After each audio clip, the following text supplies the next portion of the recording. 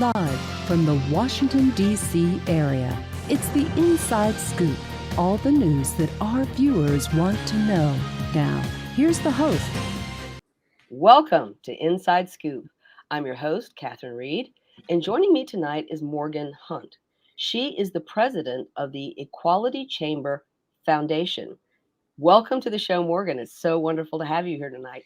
Thank you for having me. How is everything going on this evening? It's going pretty well, and I'm glad to be able to bring your voice to this discussion of something like the Equality Chamber and to help us understand the Equality Chamber of the DC metro area, of which you are the past president.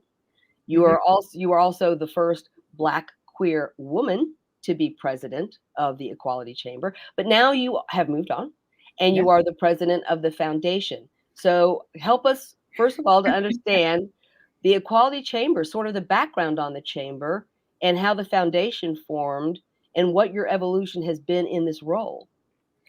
Well, the Equality Chamber is a nonprofit that is made up of membership of the LGBTQ business community. In DC, we are the smaller organization section of the NGLCC. So that's National Gay and Lesbian Chamber of Commerce. A few years back, the Equality Chamber was actually known as the Chamber of Gay and Lesbian Area. So we decided a few years back that it wasn't reflecting everybody under the LGBTQ rainbow. And we decided to change the name to the Equality Chamber to back on the 50-year mark of Stonewall. So that was a pretty big initiative that got pushed through. And I can say that since then, we definitely have become the Equality Chamber. We have members from the LGBTQ community of all walks of life, I like to say, and all nationalities and business types. But it is a member-driven organization. It is a C6, and we are responsible for, or they are now responsible for, bringing the business networking community for the LGBTQ community for safe spaces and also to circulate the monetary value within the community. And you're very active. It looks like you have monthly chamber connects, and Yeah, then you have them in different locations, and that looks like that would be a tremendous amount of fun, as well as business owners being introduced to other people in the community, their community, and the larger business community in the DC metro area. exactly. Yeah, I mean, we have some stunning locations. It has definitely developed over the last few years. We did have a wonderful events manager that at the time had a lot of connections with different hotels. So we decided that, that would be a pretty neat venue to start kind of venturing out. And a lot of membership will provide certain areas. So this gives that member a chance to provide their business, which are one of the many facets of being a member. So you are a small business owner. You own Horizon Paramedical LLC. Mhm. And so tell us how you became an entrepreneur. And as a business owner, obviously your interest in the chamber is because the chamber is there to support small businesses like yours.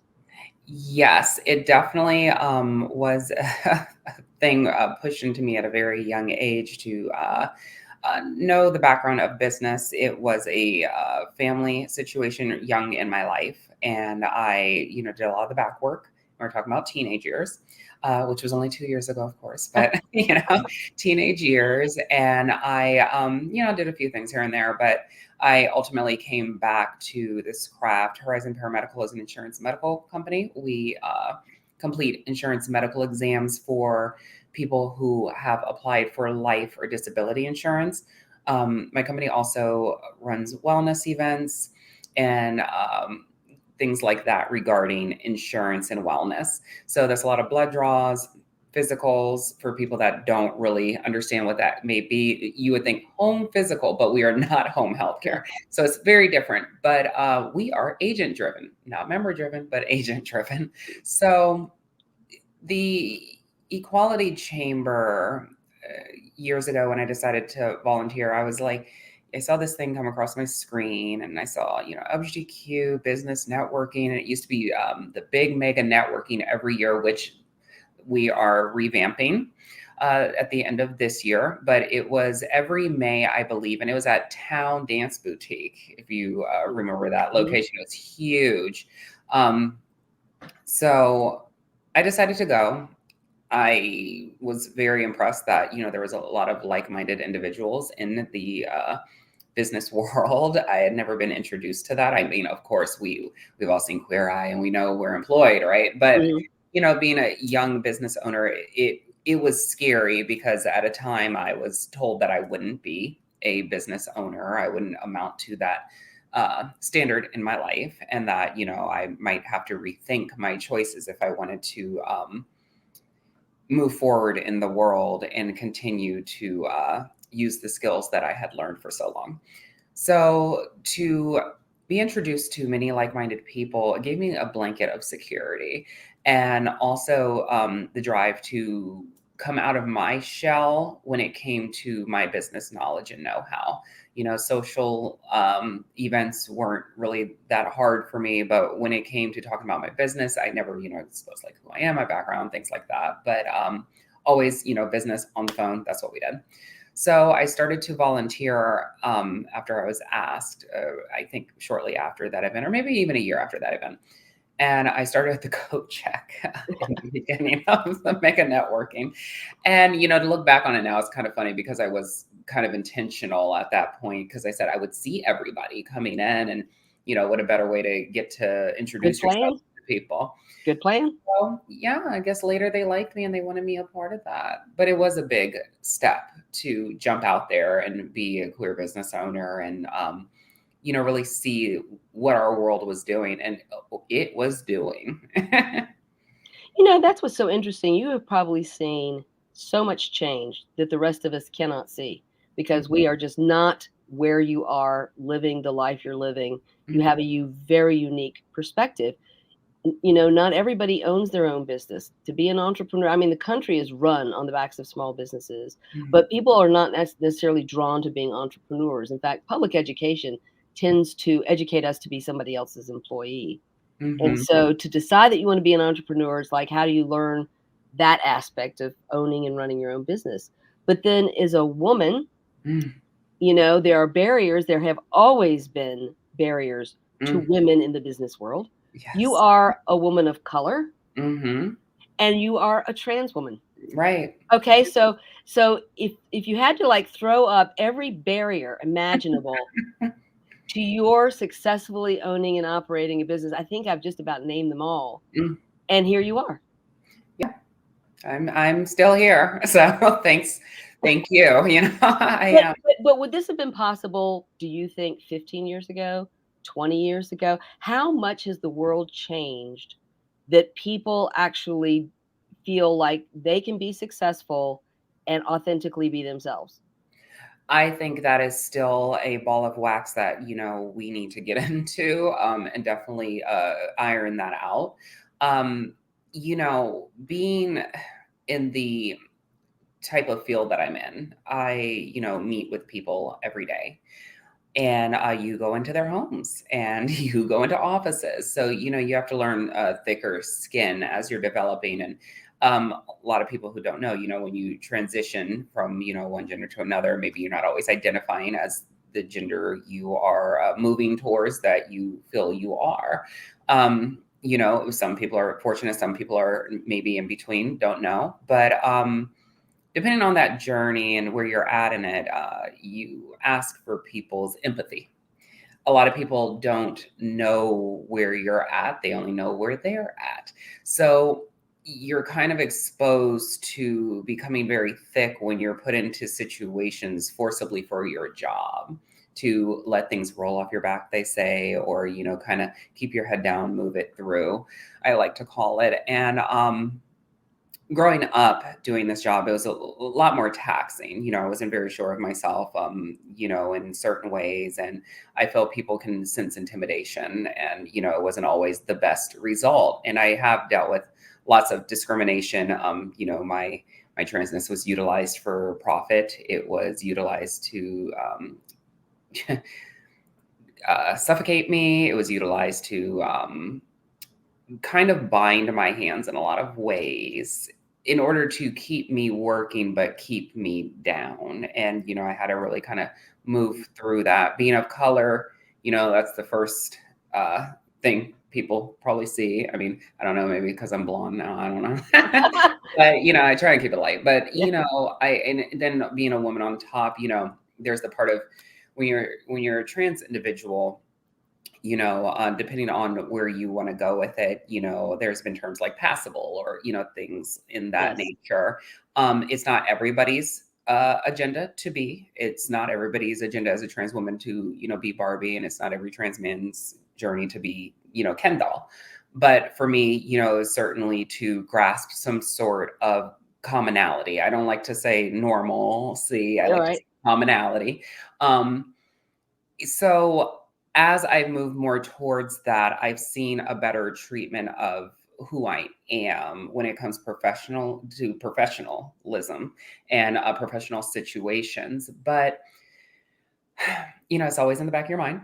It's always a thing. And then you get to the next level, which is the woman part of it, right? So now I've surpassed a certain threshold, and now I'm moving past, and now you just are an attractive woman to somebody, and maybe other people have different opinions, but I can only go by what I've been told.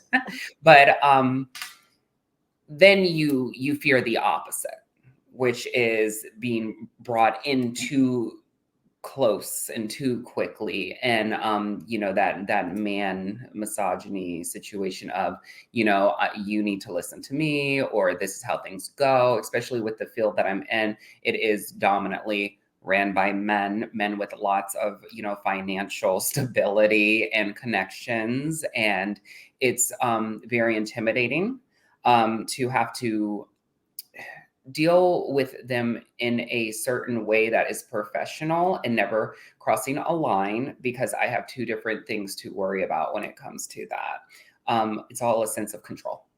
And I have been under control in the beginning of this business, through the middle, and in some ways, even still now. But the trifecta that we're speaking about Right. is a very hard triangle to bounce around, because it constantly creates a rumination that doesn't go away. You just have to learn how to quiet it and push through. So as a business owner, I've tried to be very calculated on who I hire. It definitely has to be diverse. I have made it a goal to hire people within the community to give them opportunities that I was not afforded by being who I am, just obtaining my own and keeping it pushing, or having to utilize my skills first. It should never be like that. But your question was, 15 or 20 years ago, I think there's people who have done it. I know there's people who have done it, of course. I don't think there was as many arms around them to assist them in their times of need. We now in society do have people who target and criticize and critique, and sometimes don't they all have their skeletons? But for the ones who are very outspoken and driven, and this is their keynote every day they get up to ensure people have equal rights and are treated fairly, we have a lot more of that. It is more common to assist a trans person or an LGBTQ member or a person of color, especially after the BLM movement and the adjustment. So we say after a post George Floyd world, right? Right. What can we Right. do? So it is very different. In the 80s, gay people weren't even allowed to, be thought about doing a medical job. So now that I know that I've employed many people in our community, and we're running wellnesses and doing things, and they've been listed as some of the top people working in those contracts, it makes me feel amazing. But I do have to pay homage to those before me who had to struggle and suffer in order for me to just even have this idea and express this to you today. You bring up something so important that we all forget, that we all stand on the shoulders of those who came before us. Mm. I think about don't ask, don't tell, and that was a terrible period. there was a terrible period, under in the Clinton administration. The Clintons have walked back a lot of things, many things, but this whole idea that we were going to enshrine into law that marriage was between one man and one woman. And even back in the 1990s, that seemed reasonable to a lot of people. Here in Virginia, they passed a constitutional amendment codifying that, and we have been unable to repeal it here. And Mhm. that was not so long ago. That was like 2004. And Mhm. so I look at that and I think of all the people who have worked so hard to get us where we are. And yet it still feels like no matter how many steps forward, we are constantly under assault. It Mhm. just does not end. And the otherizing of human beings, as if we do not all belong to the Mhm. human race, Mhm. is perplexing to me. Mhm. And I think with the Don't Say Gay bill in Florida, whereas people may have been going along feeling like we were all in a very good place. We had same sex marriage. You can have an X for your gender on your driver's license in many states. People were getting good health care. Students were being able to pick their pronouns in school. And, I, for one, was feeling like, okay, it seems like we're making some progress here. I'm feeling pretty good. And then this whole thing in Florida and Disney, taking on Mickey Mouse. Really? We have to Mickey's got to lay down and just take one for the team. Mhm. And it just feels discouraging to think that first of all Disney paused, and then when there was an outcry from their employees, many of whom are in the LGBTQ community, going, "What? Where is? Why aren't you standing up for us?" Then they come back to stand up for their employees belatedly. And now the government's doubling down. I mean, they are out to punish one of the most beloved companies in the country. Mhm. I mean, I know how it feels to me. It has to be far worse for you. I think we all take in things as fast or as little as we can, because I feel like we're just oversaturated with everything going on in the world. World peace, please. But at the end of the day, I mean, it's Disney. Come on, what are you gonna do? Like change all the princesses? Isn't that what everybody's fighting about? Is girls are princesses and boys are cowboys? Yeah. I mean, who's perpetrating it more than, or excuse me, promoting that more than Disney? But I think it really goes into people like, Matt Walsh, who has, that book about the walrus. And, it's a kid's book at that. And, Hmm. he really is a component for anti-trans, trans movements, Right. and Right. feels that, trans people are, doing something sick and demented to children. And, it's creating a dysphoria in kids. And, people are going to medicate young children and, reassign their sex and do things like this. And, and he's very big on that. He's up there with Ben Shapiro, who doesn't even know gender and sex are two different things. We love everybody. But when you get into the nitty gritty, these are men who have, and I'll say it, I'm probably, who knows if I end up on a YouTube somewhere, but, Yeah. and good for it, right? But I feel like they have something in them that isn't able to be freed. So therefore, they fear what they don't understand, but also try and create a negative realm for individuals who either most of the time they want to be with or be like. Mm. I think we do have a lot to deal with in those realms because those people don't have outlets, so they attack, people in the communities. Disney, what they're doing to Disney isn't fair because Disney can operate and say what they want to say, right? We always talk about freedom of speech and businesses being able to come out and back what they want to back. It's only when it doesn't benefit the Republican side that they start to double down on those people. But it's always the freedom of speech thing that deals with, guns or, saying a word to people or, offending, correct? So I to think about it is to not think about it, because when somebody does the right thing, I kind of close it at that. I think that when we as LGBTQ business owners stand up to bigotry and people creating havoc for those who are creating our monetary flow, it would be better for us to do so than to, create a negative environment for people in the progression of, the United States. We'll speak for the United States because we know there are different countries that have different issues. But the governor down there, can we just say that, he does have some therapy bills that need to be checked over, because he has a lot of issues. It's incredible. It's incredible, and dragging children into it, and it's so hurtful. It's so hurtful. It's not building anyone up. It's Mm-mm. designed to tear people down. It is, because if we talk about the children, then it becomes a panicked situation of what the development of the human being is, right? It's always just, my parents weren't trans. Like, Right? my dad was a New Yorker, and my mom was a diva. But at the end of the day, and maybe that's why I'm very like charismatic and dress well. I don't know. But at the end of the day, characteristics I took on, but what they were doing, sexually and, identifying as, I wasn't, worrying about that. I always knew when I was a young person, I wanted to be more like, my mom than, of course, my dad. So, which was a conversation all the time on his end, right? From a young person's age. Now, wearing heels at 3 did not just all of a sudden create this in me. I didn't even know this definition of myself until I was early in my 20s. Okay. And people confronted me with what it was and told me what I was doing, because I was just living my life. But people need that box to put you in order to understand you. And I think that that is really where we have to break down a lot of what this is trying to box people in as good or bad.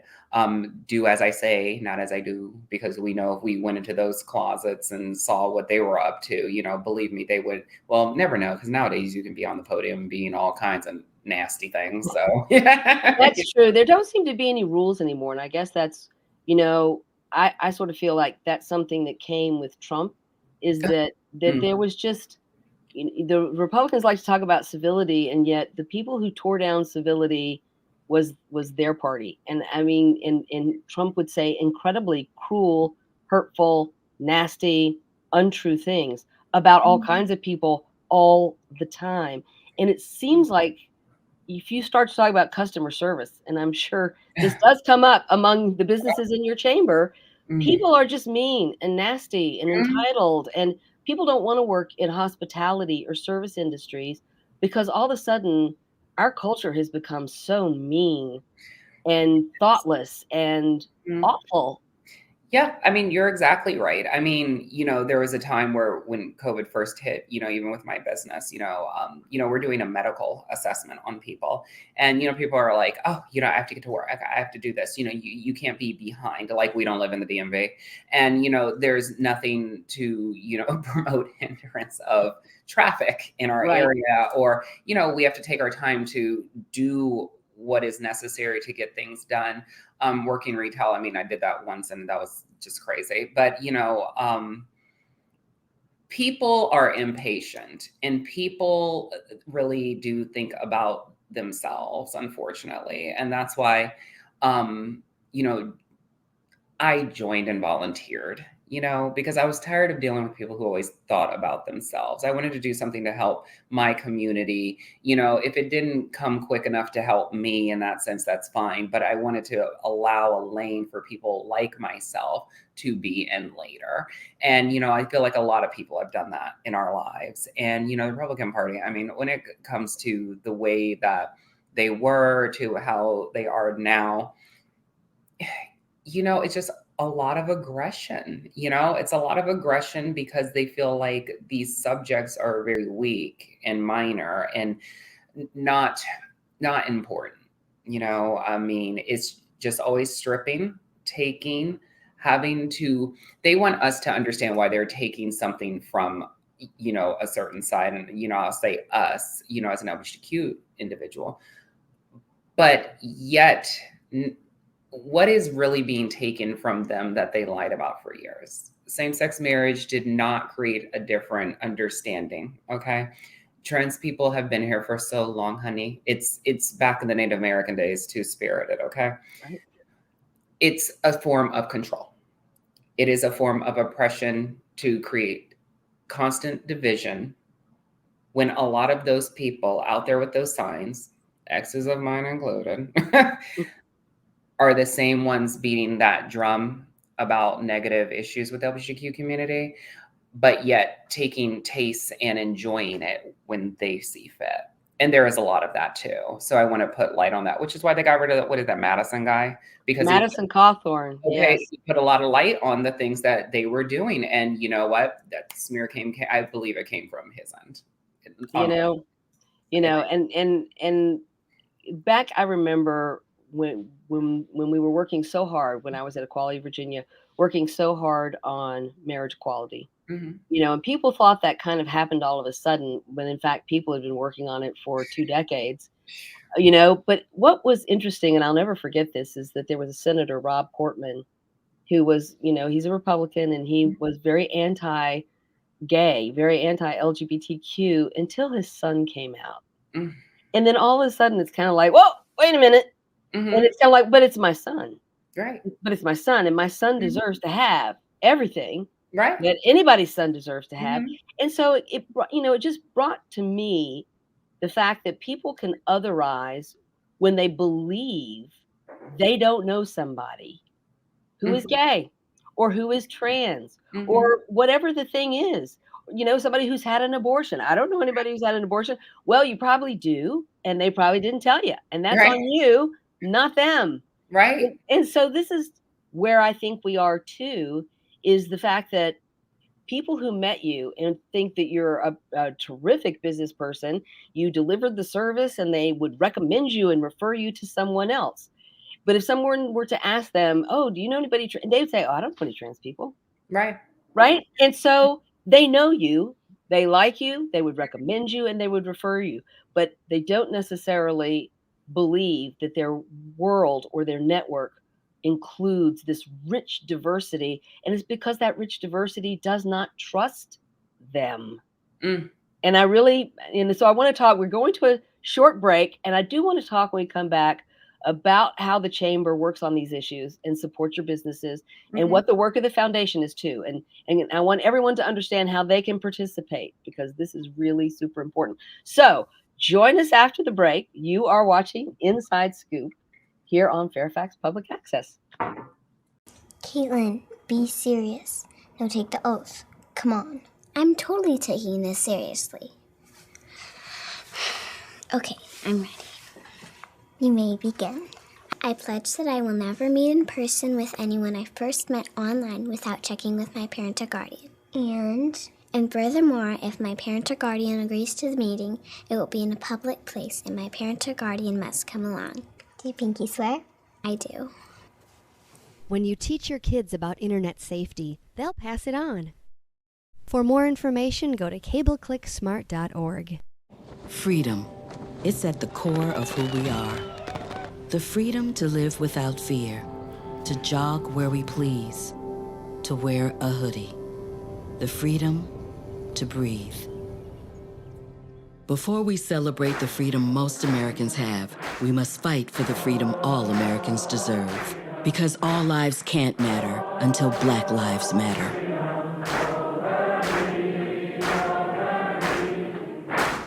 STEM is the discipline of hard numbers, precise, no margin for error.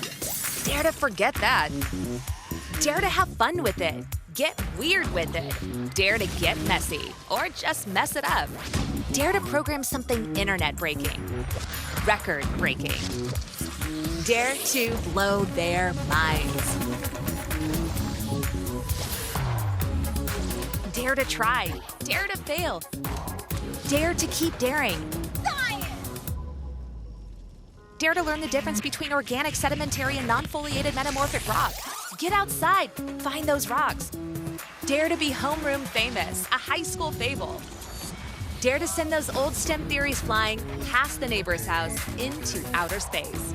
And for the love of STEM, dare bigger. Dare to code, dare to invent, dare to explore, dare to STEM.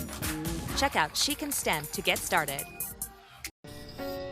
I'm a first generation Filipino American. You don't always feel you're a part of the country you live in. It's this weird middle space sometimes that you have to live inside of. But when you meet others that are also living in that space, you'll learn to know that it's its own unique space too.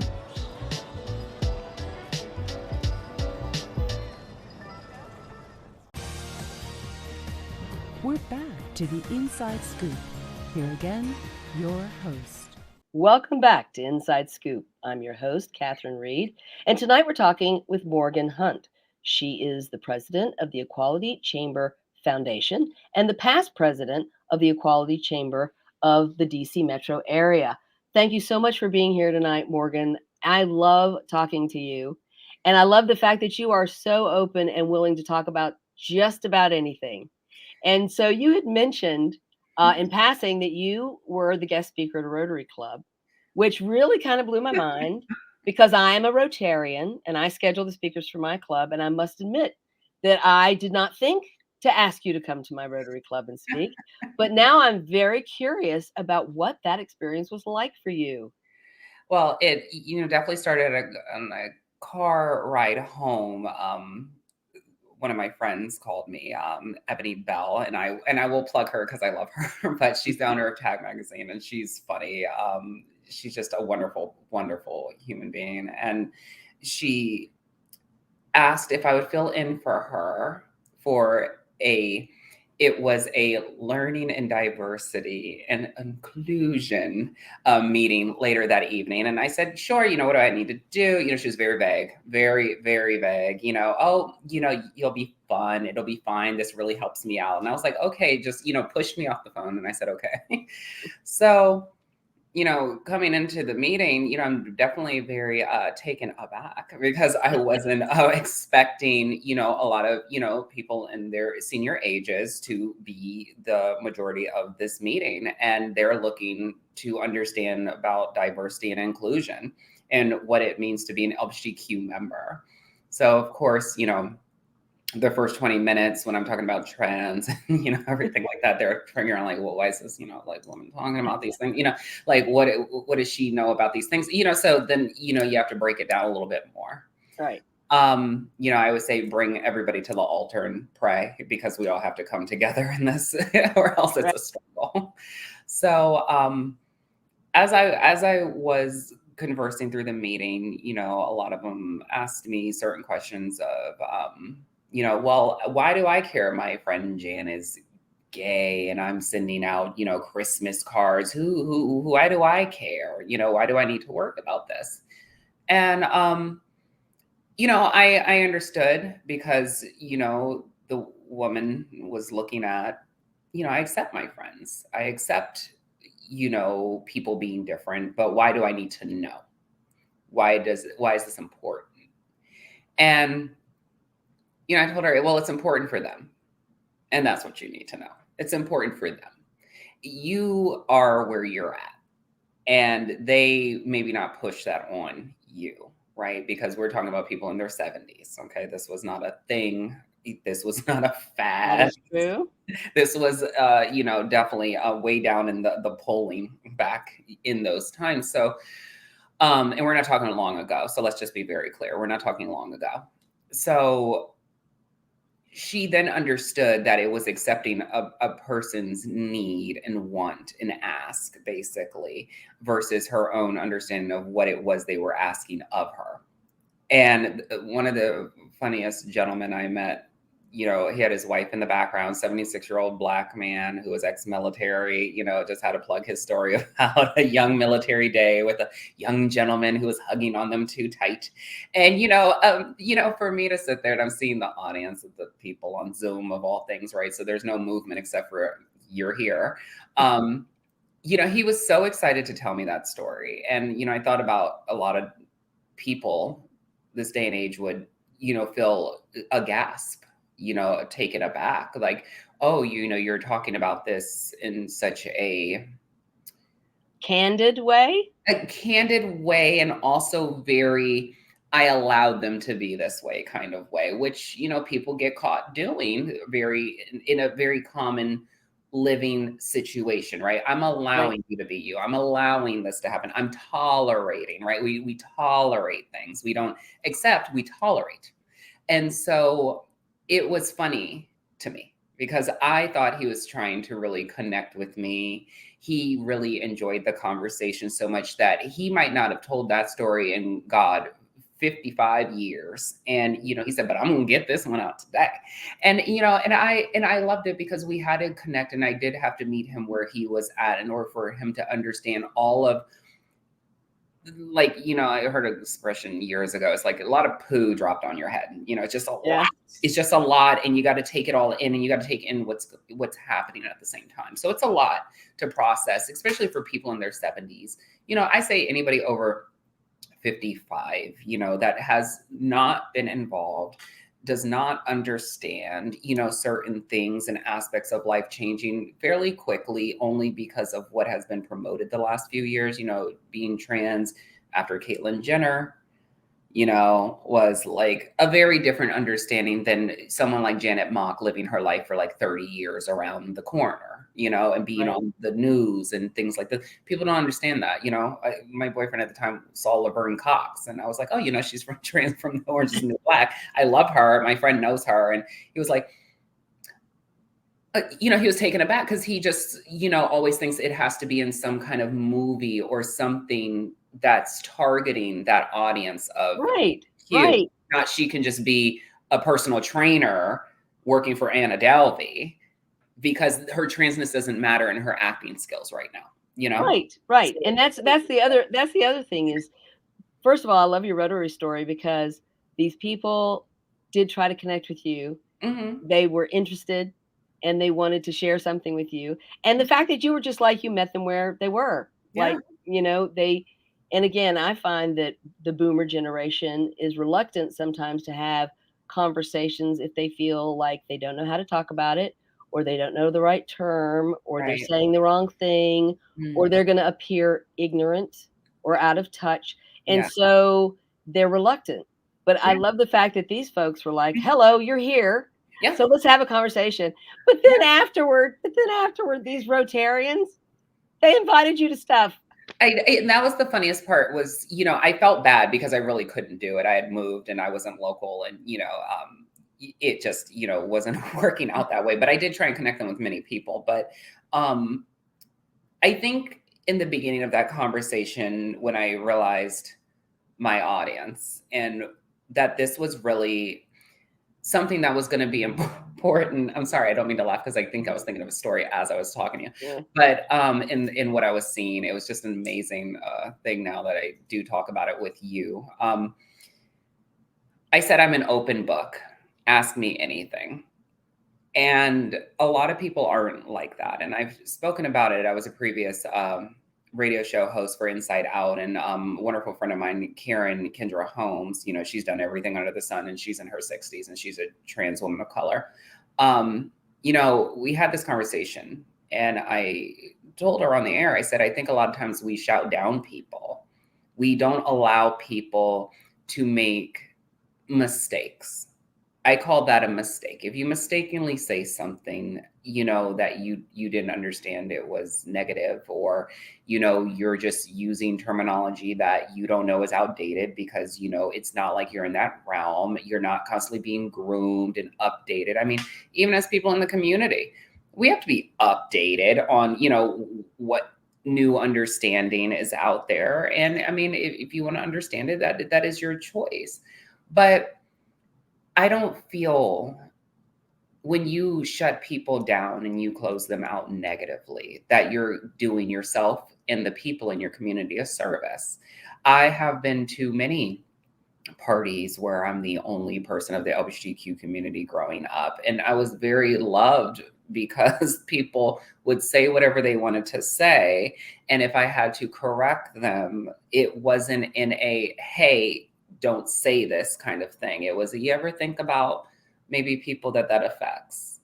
Or, how do you feel about certain things? Or just keep your head so above it that, they have to rear and respect you by your boogie, and your boogie meaning what you achieve and how you establish yourself. There's a lot of hurt in our country because, words do hurt people and legislation even more. But I think a lot of people are a little bit more conservative with letting different types of people in because they fear they will be ostracized. They do not have a voice. They will be now what they used to do to other people. And that's because we are coming for it hard. We're coming very fast, and we are wanting people to instantly approve and gratify what we now know. But it will take people time. And maybe people don't like what I'm saying, but I feel like I go into homes every day and I don't see the world that they promote on TV. I have run into the people that have a huge Trump sign a full body cutout. I didn't even know they could fit that through the door. Yeah. But they were the most wonderful people. And, I didn't see where the connect was between what this man is saying, with what they were providing and what they were doing and their nationalities. They were just not the target audience of what we see promoted on TV. And I've always said that if I came out with a book, I'd say whatever you see on TV is true. Because shaking hands and going into people's homes, all different nationalities, walks of life. I cover the DMV area. I feel like I see the real world. And there are people who are thoroughly disgusted with the treatment of LGBTQ people and people of color. I see so many signs promoting, change in people's yards. Now, I do understand that a lot of that is, virtue signaling, and those can be the same people that posted the black squares that promote negativity behind closed doors. And, I used to say, I call it Sing Sing now, but I lived in Baltimore for 2 years during the pandemic with just a situation that wasn't amazing. But I saw across the street individuals that had the sign out, life is life, water is water. We believe everybody should have rights, and black, and, all these things. And I said, it's funny. I've lived across the street from you. I'm always on the front porch. You've never once invited me to have a beer. You never once come across the street to really get to know me. You are promoting this for a drive-by situation, but I'm very open and talkative to you. But you have never let me in. So I don't let you in, but you don't let me in. That is so important, Morgan. It's not what we say, it's what we do. Action is everything. It is. Everything. Walk across the street and introduce yourself to your neighbor. Yeah. And then I'll sign the sign for you. I'll sign it. How about that? Yeah. I've deemed this appropriate and not appropriation. But, that's the point. Collectively surrounding yourself by different, with different mindsets and individuals and nationalities, it's amazing. I don't feel that certain, people shouldn't have a voice because others' voices need to be bigger. I think that when you bring people to the table and allow them to speak, and you're actually hearing with an open mind and heart, then you can learn something from both ends. Somebody who's experienced being in the area you want to be in now, right? Combined with the knowledge of not being in it. So now it's compromise, and now we're moving things forward. And I feel like that's how things get done. The prior president to me at the chamber was Van Goodwin. He was a cisgender white male, and I loved him. And I remember being corrected by somebody when I said, well, he gave me an opportunity. And, somebody said, oh, he didn't give you anything.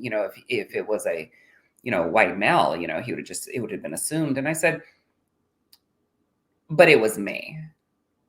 And he had faith in me, and he approached me. I didn't ask for that title. I didn't target that role. I was approached by him to take that role on because he believed in me and wanted me to do that. And people followed suit, of course. But I feel like we have to be careful with the joys that come with things because we're trying to be so politically stringent to ensure that there is no essence left in a sponge to allow people to just breathe. And that is a lot of times our issues when it comes to politics. We don't allow people to breathe. We want them to really get it, but they don't know how to just jump over. They have to be adjusted and shown that there is no harm on our end as much as we don't want it on theirs. You bring up something. I was on the board of directors for Equality Virginia for 7.5 years. And when James Parrish asked me to be on the board, it was on the recommendation of a mutual friend of ours, Claire Castañaga. But I'm a cisgender white woman, older white woman. Lord, we just become invisible after 45. Okay. But, James asked me to be on the board, and there really weren't people not in the community on the board. And I loved my service on the board. But, I always, I wanted to do my part, but I also had deference for making sure I wasn't taking up more than my share of space, because this was the work on behalf of the community. But I appreciated the fact that James gave me an opportunity to show that I wanted to do this work in good faith. Yeah, no, I mean, one of my good friends, Kat Cooper, she is amazing. She does our communications and media, and she is an ally. I don't want the board to be made up of a group of people that just look the same, because that is doing exactly what people have complained about.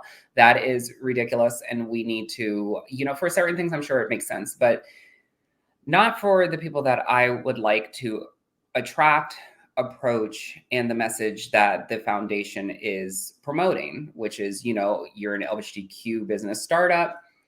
We are trying to give you money to assist with that starting up portion, and donate members' business time to allow you certain accesses that maybe you wouldn't know you needed.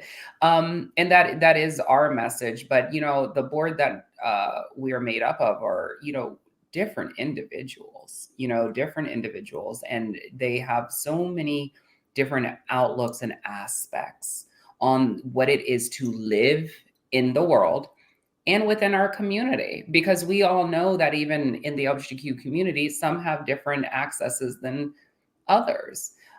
True. We do not talk about class in this country. We act like we don't have a class system in this country, and we do. So it's not all these other things that we're talking about with gender or ethnicity or race. A lot of it is accesses to resources like education and healthcare, coming from a family that, supports you being an entrepreneur. People come from different places. And this is why I'm kind of interested in exactly what the foundation does to try to help. The chamber is where you're gathering people together to support one another, and to be an organization where people understand the trials and tribulations of being a business owner. But the foundation, you're talking about things like mentorship. Yeah, exactly. Mentorship, given, some money to help you afford those first, things that need you to get it going. And, also maybe just giving you kind of an invisible arm of hope that, you have people here for you. We are kind of like the gas now in the car for the chamber. We are going to supply with, them with a lot of ammo to really put out the, webinar content, the connects, to ensure that they are very well-rounded all the time for each individual in the community that needs to get their business and marketing out. The foundation already has given about 5 grants of $2,500 each earlier, and I believe it was the end of March, to people that were affected in the community by COVID. It's still going on, right? But we had an amazing friend to the foundation, Brent Ricka, who did a 48-hour, 100-mile run last October. And it was amazing that he put himself through that. And he raised that money, about $15,000, $16,000. And, it's just community first. We have to start talking about how we redistribute the wealth in our community and build up our community, because other communities do that, you know? So it is important for LGBTQ business startups to feel the arm of help from us. And that is our main goal. That is definitely our main goal, to uplift, promote, and help LGBTQ business startups succeed. And being in the DC area, there's always been a very vibrant LGBTQ It's one of community. the biggest. Yeah, absolutely in DC. For those who may not have witnessed that themselves, it's a very vibrant community, and you hope that those businesses survive, because COVID has been hard on all businesses. But but we don't want the restaurants and the bars and the shops and the service organizations like yours to simply go away because they just couldn't weather these 2 really hard years. It gets really deep, because I call it the slingshot effect now, where if it didn't get you in the beginning, it's getting you now, you know? So we've all had our different things happen because of COVID, you know? So it is important to be able to, help those that are like-minded to keep promoting this kind of energizing situation. You know, I don't know who the next president will be. I don't know what the foundation will become, but I have hope that it'll be here for a very long time to ensure that people like myself and allies alike will be promoted and pushed to the front a little bit more. And I just want to bring to people's attention who are watching the show, that you are very open to helping anyone who, the Rotary Club was like, come talk to us about diversity and inclusion, which I think is pretty wow on my end. But I'm sure there's a lot of organizations in the DC metro area who are also wanting to feel like they can be knowledgeable in embracing what they want to do, which is to truly be more inclusive, to truly have diversity, including the LGBTQ community. And I just want our viewers to understand that you have always been very open when people ask you to be on a panel or to come speak at an event, that you're going to bring your authentic whole self, your experience as a business person, your experience as a trans woman of color, and a person who has basically foxtrotted through. Foxtrot's old fashioned. You have boogied through. You have boogied through. I'm showing my boomer. We're bugging.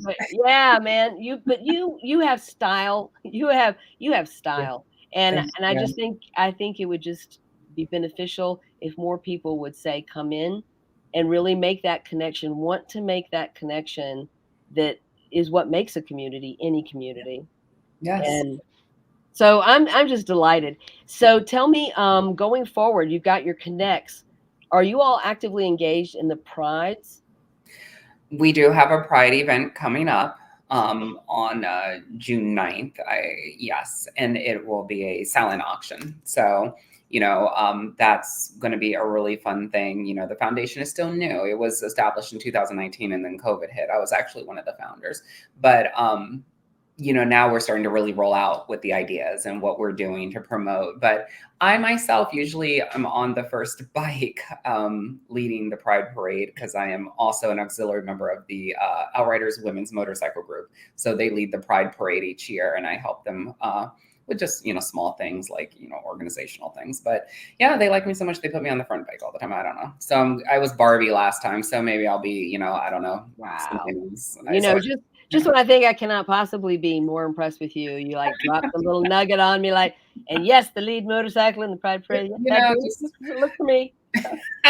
It's the reveal, darling. It's the reveal, So it'll be fun. It'll be nice to be back out there. And Pride is special. I've said before that it shouldn't just be 1 month. The rainbow chalk shouldn't be washed away, when July comes. But I think it is a beacon of hope, even if just for a month. For if somebody feels I can go to this party, I can go to this event, I can be, dress, do whatever it is that I want to do. If it's for 30 days, I feel that individual's thought process. because there was a time where the festival was the biggest highlight of my life because I couldn't be who I wanted to be inside of my own. I was always on the outside looking in, and for once I was inside looking out. So it is very important, and I'm very excited for this year's Pride because I feel like we are re-energized and we are ready to step out and show our colors freely. Oh, I agree with you. I mean, I miss going to the prides, and Washington D.C. has one of the most unique events that I've always loved, and that's the high heels race in Okay. October. Yes, yes. You know, and it's like that used to be such a highlight around the Halloween is to go down and watch the high heel race in DC. And I don't know that any other city has that except I wouldn't know. I've never I don't competed, think so. but I'm always like, every day's a high heel race for me, so I don't know. Like, I love the uniqueness that is DC, and I love the fact that we have such a vibrant LGBTQ It's beautiful. community. It is a beautiful thing. It And is. so, and to hear that the foundation is new, 2019, that is brand new, Brand new. especially when you were stymied by the entire COVID. But you're getting energized again. Yeah. People can look for you, and we've been running across the bottom of the screen the website for the foundation itself and the Wonderful. website for the chamber, and the fact that people can engage and and come out and meet and be part of the larger community. Do it. Yeah, I mean, there's so many wonderful people in this world. It would be pretty boring if we were all the same. It Oh, would be. it is true, and I think that a lot of people need to understand that in a world of sheep, dare to be a wolf. Step away from the flock and get into something a little bit different. You'll enjoy yourself a lot more. I feel maybe you find out something about yourself too. Doesn't have to be that, but it can just be that you're happier. Enjoyment. Well, I have enjoyed talking to you, Morgan. I mean, we have to get together. I'll look for you at Pride. Can we do that? Can we do things? We totally connect. I'm in Virginia myself, so we need. Well, there you go. We can actually do it on this side of the Potomac, and I'm totally cool with that too. Thank you so much for being on the show. Thank you for being so candid and so open and so willing to share with people what drives you every day, why you do this work, and why it matters, because it does matter a lot.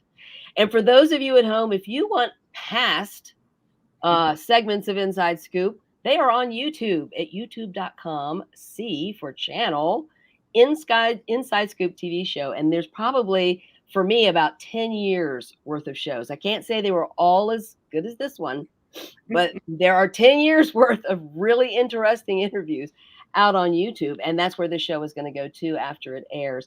And I really invite all of you to reach out to Morgan, to reach out to the chamber, and to reach out to the foundation, because diversity, equity, and inclusion can't just be words or letters or a fad. It has to be a commitment we make to other human beings, to our community, and to the legacy we leave for our children and our children's children, which is a better country. Thank you so much, Morgan, for being on the show. Thank you. And that's what we have for you tonight on Inside Scoop. You can see us every Monday night at 8 p.m. here on Channel 10 on Fairfax Public Access.